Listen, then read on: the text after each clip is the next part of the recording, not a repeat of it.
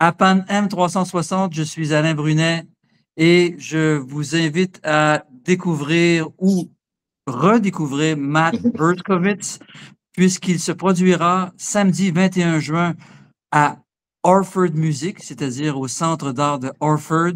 Et ce pianiste qui est l'hybride idéal entre musique classique et jazz, cette fois-ci, se concentre sur le volet romantique, c'est-à-dire qu'il va jouer du Chopin. Bonjour Matt. Bonjour Alain, content d'être ici.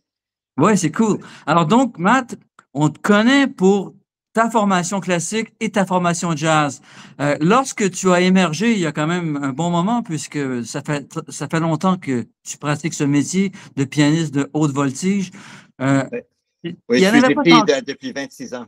C'est ça. Il n'y avait pas beaucoup de pianistes qui avaient autant de formations classiques qui s'exécutaient dans le jazz. Maintenant, il y a beaucoup de gens qui t'ont imité, mais Oui, oui, c'est ça. Oui. wow. Non, mais qui font un peu, qui viennent des deux cultures et qui font les Oui, deux, mais ouais, très c'est bien ça. les deux. Oui, Souvent, lorsque tu écoutes du Keith Jarrett en classique, c'est bon, mais c'est pas extraordinairement bon. Alors qu'en jazz, c'est fantastique. oui. Euh, mais alors que maintenant, il y a des pianistes comme toi qui peuvent aller à un très haut niveau des deux côtés. Et ça, c'est très, très bien parce que on t'a. Tu es Montréalais depuis longtemps, tu es Ouais, d'origine américaine, mais tu vis ouais. au Québec, ça fait longtemps. Et donc, il faut profiter de cette expertise-là et l'accueillir et l'embrasser.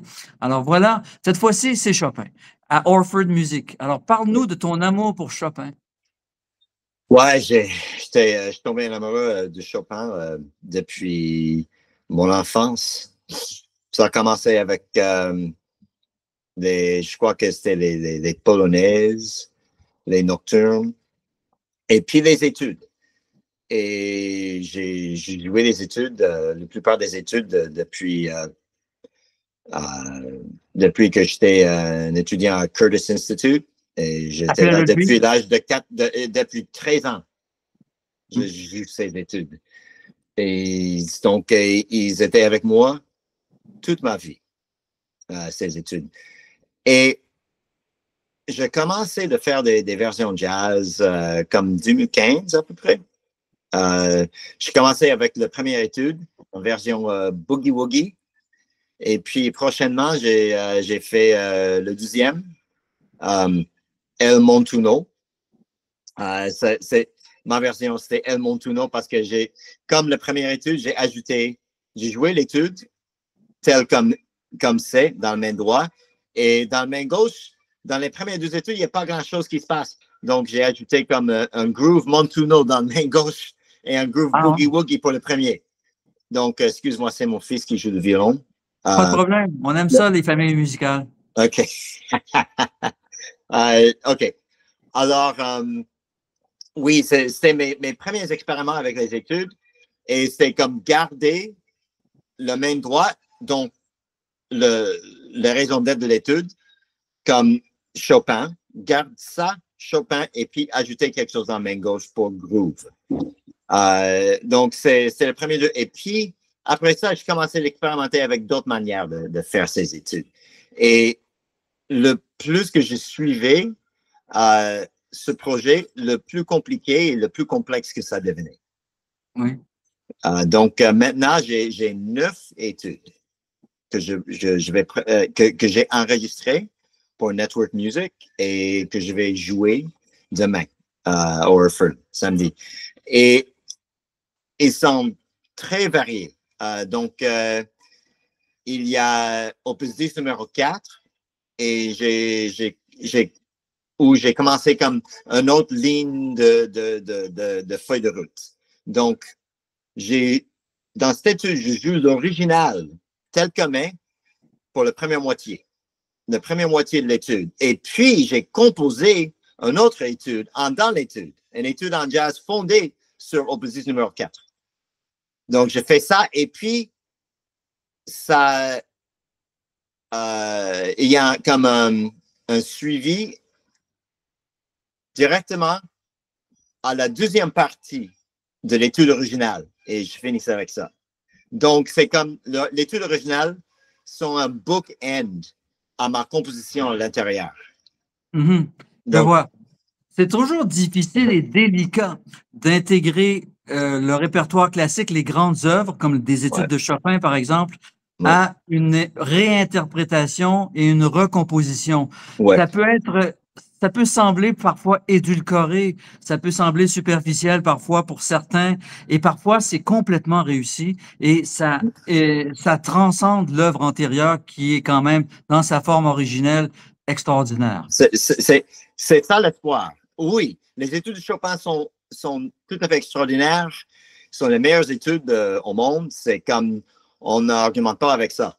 Mais j'espère que ce que j'ai fait, c'est plus comme tu viens d'écrire, que ça augmente un peu et ça épand sur le même principe, mais épand la conception de l'étude, la virtuosité, la technique.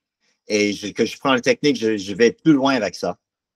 Ainsi que musicalement, d'extendre aussi les possibilités musicaux avec du langage du jazz.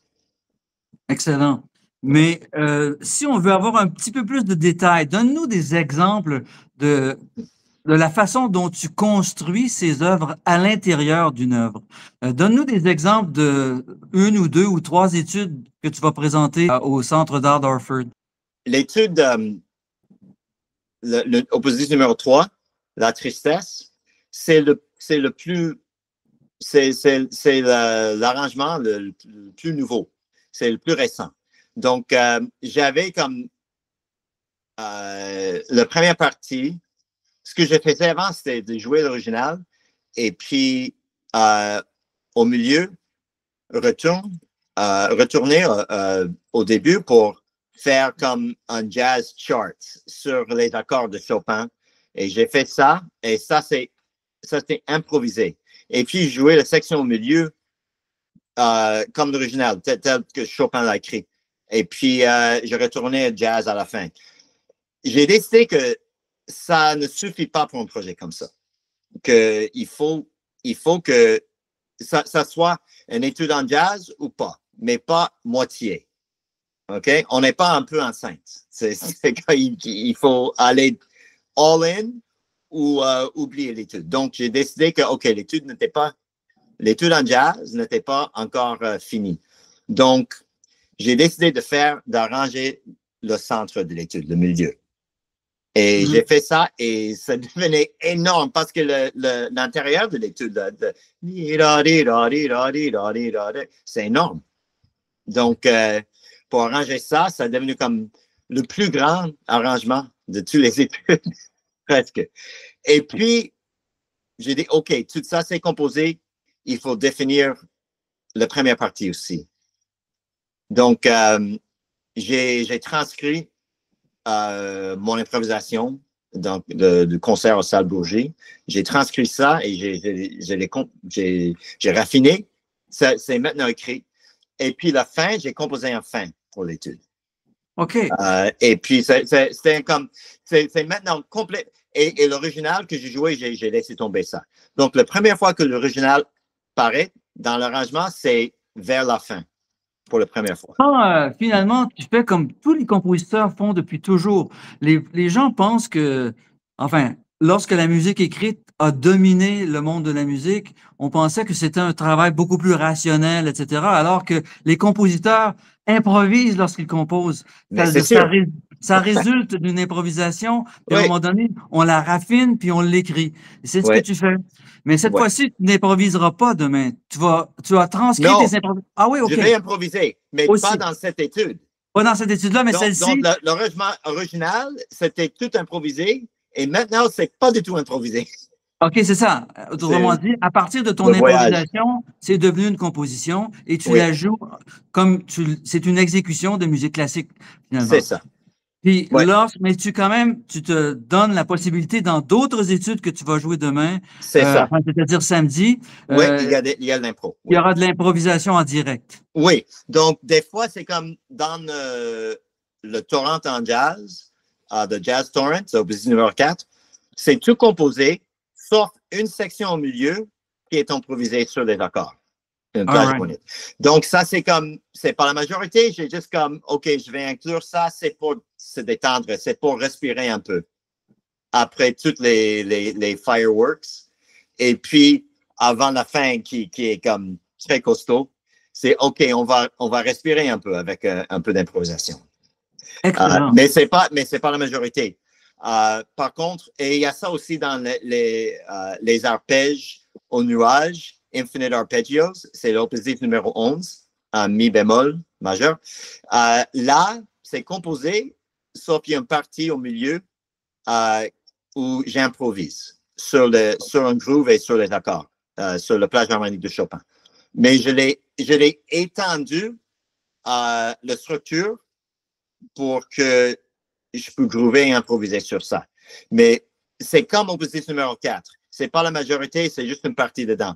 Par contre, oppositif numéro 6, qui n'a pas de petit nombre, c'est un mi bémol mineur. Ça, encore, j'ai joué comme dans la première version, j'ai joué l'original, moitié, puis improvisé, et puis retourné à l'original. Là, j'ai laissé tomber l'original que pour quelques mesures, et puis je rentre tout de suite dans l'improvisation, et c'est tout improvisé. C'est pas écrit, c'est tout improvisé, donc il n'y a pas une note écrite. Donc, c'est comme, oui, est-ce que je sais un peu ce que la feuille de route que je vais prendre? Oui, mais c'est quand même toujours improvisé, donc c'est différent. C'est très différent chaque fois. Donc, je voulais avoir un moment de toute liberté d'improvisation libre dans le concert. C'est intéressant parce que on a accès à toutes les formes d'interprétation dans un concert comme celui-là.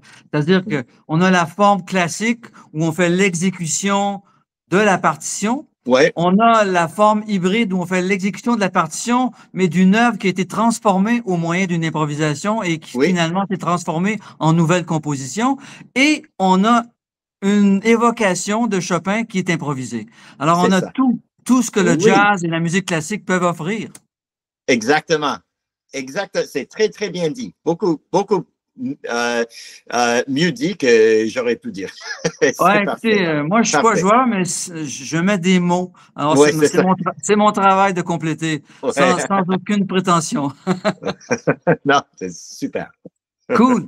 Matt Erskovitz, you're going to play Saturday night at Orford Center, Orford Centre d'Art, in the Orford Music Festival on Saturday, June 21st. Merci beaucoup. À 16h. À 16h. Donc, en plein après-midi, juste avant l'apéro. That's it. Yep. Alors, un bel apéro après aussi. Oui, sûrement. Have a great weekend in the Eastern Township. Thank you, Alain. Merci beaucoup. Bye-bye. Bye-bye.